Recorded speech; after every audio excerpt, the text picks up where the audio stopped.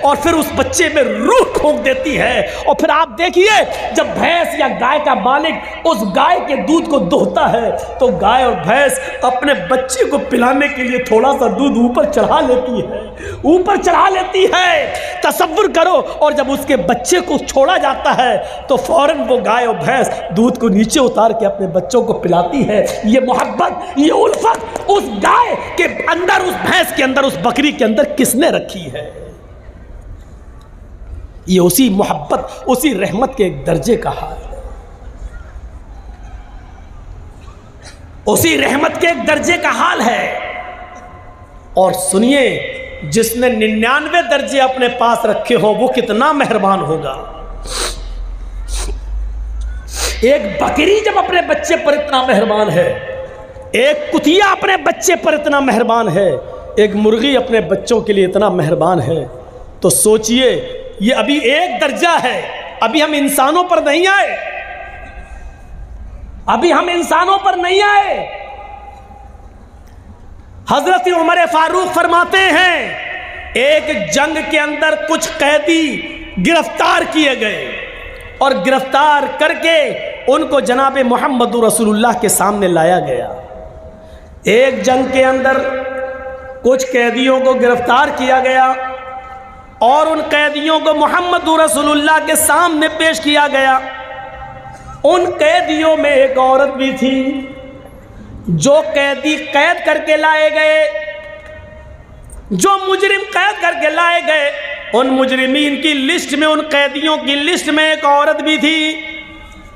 اس کا بچہ کہیں شیرخوار بچہ، دودھ پیتا بچہ کہیں گم ہو گیا تھا، کہیں کھو گیا تھا، دودھ پیتا بچہ. یہ عورت جب اللہ کے نبی صلی اللہ علیہ وسلم کے سامنے پیش کی گئی اور جو قیدی نبی کے سامنے پیش کیے گئے، اس عورت کو ہوش نہیں ہے کہ ہم کو نبی کے سامنے پیش کیا گیا ہے، کیا سزا ملے گی. اس کا دماغ اپنے بچے کی طرف لگا ہوا ہے. وہ اپنے بچے کے بارے میں سوچتی ہے کہ میرا دودھ پیتا بچہ کہاں ہوگا. یہاں تک کہ وہ نبی اکرم صلی اللہ علیہ وسلم کے حکم کے مطابق قیدیوں کو ایک میدان میں جمع کر دیا گیا. اس میدان میں اس عورت کو بھی لایا گیا. وہ عورت جس بھی چھوٹے بچے کو دیکھتی، جس چھوٹے بچے کو دیکھتی، جس دودھ پیتے بچے کو دیکھتی، اس سے چھین لیتی اور اپنے پستان سے اس بچے کو لگا کر دودھ پلانے لگتی. اللہ کے نبی نے پوچھا ایسا یہ عورت کیوں کر رہی ہے؟ جس عورت کے بچے کو دیکھتی یہ پکڑ لیتی اور اپنے پستان کا دودھ پلانے لگتی، ایسا کیوں ہے؟ جواب ملا اللہ کے نبی، اس عورت کا بچہ کہیں گم ہو گیا ہے، اس لیے یہ ہر بچے کو اپنا بچہ سمجھ رہی ہے. اللہ کے نبی نے اس عورت کی اس محبت کو دیکھا، اس عورت کی اس رحمت کو دیکھا جو دوسروں کے بچے کو اپنا بچہ سمجھ رہی ہے. اللہ کے نبی صحابہ سے سوال کرتے ہیں، آئے میرے ساتھیوں، اگر اس کو اس کا بچہ مل جائے اور پھر اس عورت سے کہا جائے کہ اپنے بچے کو آگ میں پھینک دو، تو تم کیا امید رکھتے ہو کیا یہ عورت اپنے بچے کو آگ میں ڈال دے گی؟ تصور کرو نبی کا سوال. جو عورت دوسرے کے بچے کو اپنا بچہ سمجھ رہی ہے، اگر اس کو اس کا بچہ مل جائے پھر اس عورت سے کہو کہ اپنے بچے کو آگ میں ڈال دے، جلتی ہوئی آگ میں ڈال دے، تو کیا وہ ڈال دے گی؟ صحابہ نے کہا نہیں، ہرگز نہیں. اس کی محبت یہ کبھی گوارا نہیں کرے گی کہ وہ اپنے بچے کو آگ میں ڈال دے. اللہ کے نبی فرماتے ہیں میرے ساتھیوں، رب کی رحمت کے 100 درجوں میں سے ایک درجہ رحمت کا یہ حال ہے کہ وہ اپنے بچے کو آگ کے حوالے نہیں کر سکتی ہے. جس کے پاس 99 درجے رحمت ہو وہ قیامت کے دن اپنے بندے کو جہنم کی آگ میں کیسے ڈالے گا؟ اس کی رحمت یہ کیسے گوارا کرے گی کہ اپنے بندے کو جہنم میں ڈال دے؟ لیکن بندے گناہ کر کر کے، شرک کر کر کے، بدعتیں کر کر کے، شراب نوشی کر کر کے، حرام کھا کھا کر، حرام کی کاروبار کر کر کے اپنے آپ کو خود جہنم میں لے جاتے ہیں، تو اس میں اللہ کی رحمت پھر غضب میں بدل جاتی ہے۔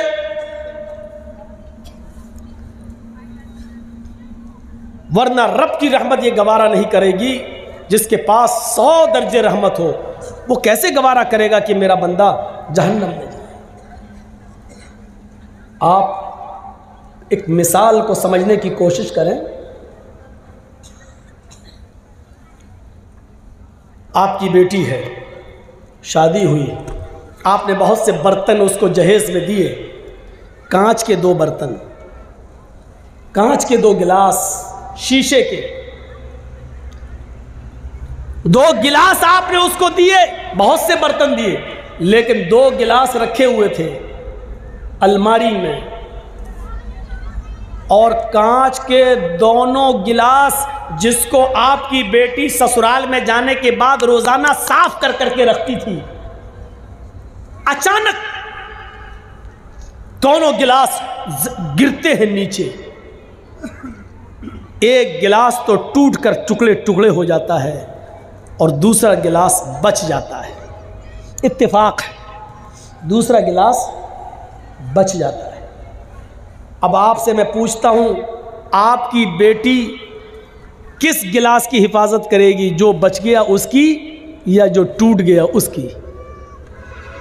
کوئی بھی عقل مند انسان ہوگا، اس کو اگر کھڑا کر کے پوچھا جائے تو وہ یہی کہے گا، ارے جو ٹوٹ گیا اس کی کیا حفاظت کرے گی، وہ تو چکنا چور ہو گیا ہے، اس کی حفاظت کرے گی جو بچ گیا ہے۔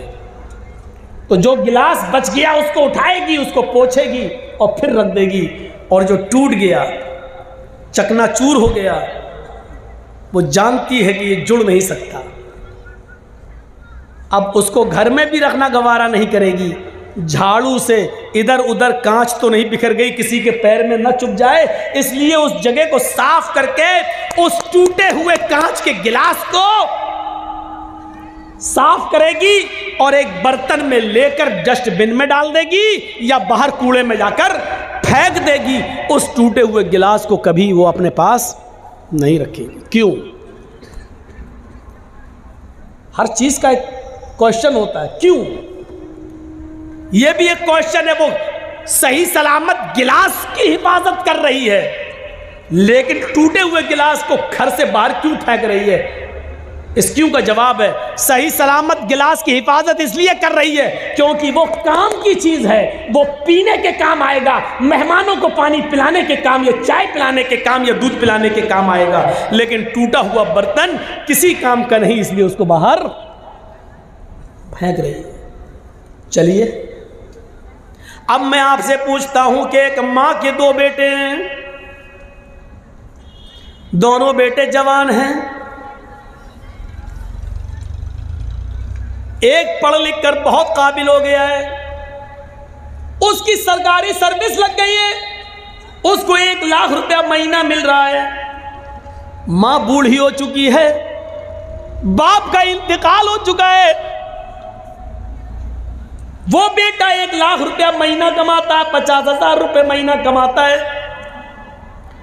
اور اسی پر وہ اپنا پیٹ بھی پالتا ہے، اپنے بیوی بچوں کا پیٹ بھی پالتا ہے اور اپنی بوڑھی ماں کا بھی خیال رکھتا ہے۔ لیکن اسی ماں کا ایک دوسرا بیٹا ہے، وہ بھی جوان ہے،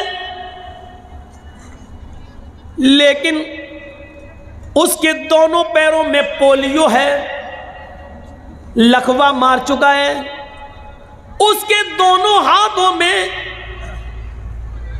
کمپن ہے، ہاتھ بھی اس کے لکوا مار چکے، وہ نہ اٹھنے کے لائق ہے، نہ اپنے سے بیٹھ سکتا ہے، نہ اپنے سے کھا سکتا ہے، نہ اپنے سے پیشاب اور پائخانہ کر سکتا ہے۔ اس بچے کی عمر بھی 18-20 سال ہے، اس کا بھائی بھی 20-22 سال کا ہے، جو کماتا ہے اور اپنی ماں کو کھلاتا ہے، لیکن یہ بیچارہ اپاہج بچہ، دونوں پیروں سے اپاہج، دونوں ہاتھوں سے اپاہج، بستر پر لیٹا ہے، یہ نہ کما سکتا ہے، نہ ماں کا پیٹ بھر سکتا ہے، نہ خود کھا سکتا ہے. یہ بچہ بھی ناکارہ ہے، کسی کام کا نہیں ہے، بیکار ہے. بلکہ یہ بچہ اپنے ماں پر بھی بوجھ بنا ہے، بلکہ اپنے بڑے بھائی کے اوپر بھی بوجھ بنا ہوا ہے. میں آپ سے پوچھنا چاہتا ہوں، ماں ان دونوں بچوں میں سے کس بچے کی حفاظت کرے گی اور کس بچے کو اپنے گھر سے باہر نکالے گی؟ آپ کا جواب ہوگا وہ کسی بھی بچے کو باہر نہیں نکالے گی. وہی عورت جو کانچ کے گلاس کی حفاظت کر رہی ہے جو بچ گیا کیونکہ وہ کام کا ہے، لیکن ماں اس کام کے بچے سے زیادہ دیکھ ریکھ اس بچے کی کر رہی ہے جو دونوں بستر اپنے دونوں پیروں دونوں ہاتھوں سے اپاہج اور لقوے کا شکار ہے، فالج مار چکی ہے، اس کی حفاظت کر رہی ہے. ماں اس بچے کے سر سے پسینہ نہیں پوچھے گی جو محنت کر کے آیا ہے، اس بچے کے سر سے پسینہ پوچھ رہی ہے جو بستر پر لیٹا ہے. ماں اس 20-22 سال کے بچے کا پیشاب اور پائخانہ صاف نہیں کرا سکتی ہے، بلکہ اب اتنا بڑا ہو چکا ہے وہ بچہ کہ وہ ماں اپنے بڑے بیٹے کی شرمگاہ بھی دیکھنا گوارا نہیں کرے گی، لیکن اس 18 سال کے اور 20 سال کے بچے کی شرمگاہ دیکھنا تو بہت دور کی بات، اس کی گندگی کو بھی اپنے ہاتھ سے صاف کر رہی ہے اور اس کی پیشاب کی جگہ کو بھی دھو رہی ہے. میرے بھائیوں، تصور کیجئے ماں کے دل میں یہ رحم اور یہ محبت کا جذبہ یہ کہاں سے آیا؟ یہ اسی رب کی 100 درجے رحمت میں سے اتاری ہوئی ایک رحمت کے ایک درجے کا حال ہے. یہ ماں اس بچے سے زیادہ پیار کرے گی جو بچہ اپاہج ہے، لنگڑا لولا ہے اور لقوے کا شکار ہے. یہ ماں اس کی زیادہ دیکھ ریکھ کر رہی ہے. کیوں؟ اگر اللہ ماں باپ کے دل سے یہ رحمت نکال دے تو ماں باپ سے بڑا ہمارا دشمن کوئی ہو سکتا ہے؟ بتائیے. کمینہ پیدا ہو گیا، کمائیں ہم اور مر کے ہم چلے جائیں تو ہمارے بنائے ہوئے گھر میں تو رہے گا؟ باپ کی محنت، باپ کا رات میں جاگ جاگ کر محنت کر کے مزدوری کر کے بلڈنگ بنانا، جبکہ باپ کو معلوم ہے کہ اس بلڈنگ میں ہم نہیں رہیں گے، میرے مرنے کے بعد میری اولاد رہے گی. اگر اللہ باپ کے اور ماں کے دل سے یہ محبت نکال دے تو ماں باپ سے بڑا ہمارا دشمن کون ہو سکتا ہے؟ میری محنت کی کمائی میں تو رہے گا، لیکن نہیں رہے گا. کیوں؟ کیونکہ باپ کی محبت یہ گوارا نہیں کر سکتی ہے کہ میری اولاد ماری ماری پھرے. یہ محبت کس نے پیدا کی ہے؟ اسی رب نے. اور 100 درجے رحمت کے ایک اتارا ہے، اور ایک رحمت کے درجے کا حال یہ ہے جو مرغی اپنے بچوں سے پیار کر رہی ہے، بکری اپنے بچوں سے، بھینس اپنے بچڑے سے، گائے اپنے بچڑے سے. یہ محبت کا تقاضا ہے. اور ماں اپنے بیٹے سے محبت کر رہی ہے، یہ محبت کا تقاضا ہے. میرے پیارے ساتھیوں، ذرا تصور کرو رب کی رحمت کا ایک درجہ. اب ذرا آئیے پھر دیکھیے رب کی رحمت کا حال کیا ہے. آئیے اور پھر دیکھیے کہ رب کی رحمت کا حال کیا ہے. فرمایا کہ اللہ رب العالمین کی رحمت یہ کیسے گوارا کر لے گی جب ایک ماں اپنے بچے کو آگ میں ڈالنا گوارا نہیں کر سکتی ہے، تو اللہ رب العالمین کی رحمت یہ کیسے گوارا کرے گی جبکہ اس کے پاس رحمت کے 100 درجے ہیں؟ کیسے گوارا کرے گی کہ اپنے بندے کو آگ میں ڈال دے؟ بنی اسرائیل کا ایک واقعہ بیان کرتے ہوئے نبی اکرم نے فرمایا، ایک شخص اپنے اونٹ کو اپنے گھر کے سارے سامان کے ساتھ پیک کر کے نکلتا ہے اور ایک صحرا اور جنگل سے ہوتا ہوا جاتا ہے. تھک گیا، جنگل میں ایک پیڑ سے ایک درخت سے وہ اپنے اونٹ کو باندھ دیتا ہے اور تھوڑی دیر درخت کے سائے میں آرام کرنے لگتا ہے. آنکھ کھلتی ہے تو دیکھتا ہے کہ میرا اونٹ غائب. اس میں پورے گھر کا سامان بندھا تھا. اب اونٹ غائب، ہوش اڑ گئے ہیں. اونٹ غائب، میرے گھر کا پورا سامان اونٹ پر اور اونٹ غائب. وہ کبھی اس جھاڑی جاتا، کبھی اس جھاڑی میں دیکھتا، کبھی اس پہاڑی پہ چڑھتا، کبھی اس پہاڑی پہ چڑھتا، وہ پورا جنگل تلاش کر ڈالا لیکن اس کو اونٹ نہیں ملا، اس کو اونٹ نہیں ملا۔ پورا جنگل تلاش کر دیتا ہے لیکن اس کو اونٹ نہیں ملتا ہے۔ مایوس ہو کر اسی پیڑ کے پاس آتا ہے، ہاتھ سر پہ رکھ کر سوچنے لگتا میں کیا کروں گا، بڑی محنت سے مال کمایا تھا، غائب ہو گیا اونٹ، کہاں چلا گیا؟ اب کتنا دن لگے گا اتنا مال کمانے میں، اور اپنے گھر کا ساز و سامان بنانے میں کتنا وقت لگے گا؟ اب یہ سوچ ہی رہا تھا، تھکا ہوا تھا کہ اچانک نیند آ گئی۔ تھوڑی دیر کے بعد آنکھ کھلتی ہے، کیا دیکھتا ہے کہ میرا اونٹ اسی پیڑ سے بندھا ہوا ہے جس پیڑ سے غائب ہوا تھا۔ آتا ہے، اونٹ تو یہ ہے، جا کر دیکھتا بندھا ہے، سامان دیکھتا ہے تو اس کے اوپر اناج کا ایک دانہ بھی کم نہیں ہے، جیسے وہ اپنے گھر سے لایا تھا ویسا ہی ہو بہو، سیم ٹو سیم ویسا ہی اونٹ پر لگا ہوا ہے، اور ایک بھی چیز غائب نہیں ہے۔ اس چیز کو دیکھتا ہے تو مارے خوشی کے، ہم نے دن بھر اونٹ ڈھونڈا، تلاش کیا تو ملا نہیں، اور اچانک اپنے آپ آ گیا اور سامان بھی غائب نہیں۔ اس کو دیکھ کر وہ اتنا خوش ہوتا ہے، اتنا خوش ہوتا ہے کہ اونٹ کو دیکھتا جاتا اور نظریں آسمان پہ ڈالتا جاتا اور اپنے رب سے کہتا جاتا اللہم انت عبدی وانا ربک، اے اللہ مان گیا تیری قدرت، اے اللہ مان گیا میں تجھے، واقعی تو میرا بندہ ہے اور میں تیرا خدا۔ نہیں سمجھ پائے نا اس نے کیا جملہ استعمال کیا؟ مارے خوشی کے اس نے کیا کہا؟ اللہم انت عبدی، واہ واقعی تو میرا بندہ ہے، وانا ربک اور میں تیرا رب۔ الٹا بول گیا، سمجھ رہے نا کیا بول گیا وہ؟ اس کو بولنا یہ چاہیے تھا کہ واقعی میں تیرا بندہ اور تو میرا رب ہے، لیکن اونٹ پا گیا، سامان لدا ہے، خوشی میں اس کو پتہ نہیں ہے، دماغ سے ہٹ گیا، اتنی خوشی ہوئی اس کو، اتنی خوشی ہوئی کہ اس کا دماغ ٹھکانے نہیں رہا، اور مارے خوشی میں کہہ گیا اللہم انت عبدی وانا ربک، واقعی تو میرا بندہ اور میں تیرا رب ہوں۔ اللہ نے جملے سنے تو مسکرا دیا۔ یہ مسکرانے والا جملہ تھوڑی ہے۔ اب میرا بیٹا خوشی میں اگر یہ کہہ دے کہ میں تمہارا باپ ہوں تم میرے بیٹے، بھائی کوئی چیز میں لا کے اس کو دوں خوشی میں جو اس کو بہت پسند ہو، اور خوشی خوشی کہتے واہ تم میرے بیٹے ہو میں تمہارا باپ، تو ہم ناراض تھوڑی ہوں گے، ہم تو خوش ہوں گے کہ دیکھو خوشی میں بیچارہ ایسا کہہ رہا ہے، جبکہ کہنا یہ چاہتا تھا کہ ہاں تم میرے پیارے ابو ہو اور میں تمہارا بیٹا، لیکن دھوکے سے اس کے منہ سے نکل گیا مارے خوشی کے ہاں میں تمہارا باپ ہوں تم میرے بیٹے۔ یہ باپ اچھی طرح جانتا ہے کہ بیٹا مذاق میں کہہ رہا ہے یا دھوکے سے نکل گیا، یہ صحیح میں کہہ رہا، یہ باپ جانتا، اور رب جانتا ہے کہ میرا بندہ یہ کہنا نہیں چاہ رہا تھا، لیکن دھوکے سے خوشی میں اس کی زبان سے یہ جملہ نکلا، اس لیے وہ مسکرا رہا ہے۔ اگر یہی جملے اس نے جان بوجھ کر کہے ہوتے تو معاف کیجئے گا وہ کہیں کا نہیں رہتا۔ اتنے خطرناک جملے تو فرعون نے بھی استعمال نہیں کیے، فرعون بھی لوگوں سے کہتا تھا انا ربکم الاعلی، مجھے اپنا رب کہو میں تم سب کا رب ہوں۔ فرعون بھی لوگوں سے یہ کہتا تھا میں تمہارا رب ہوں، لیکن فرعون نے کبھی اللہ سے نہیں کہا کہ میں تیرا بھی رب ہوں۔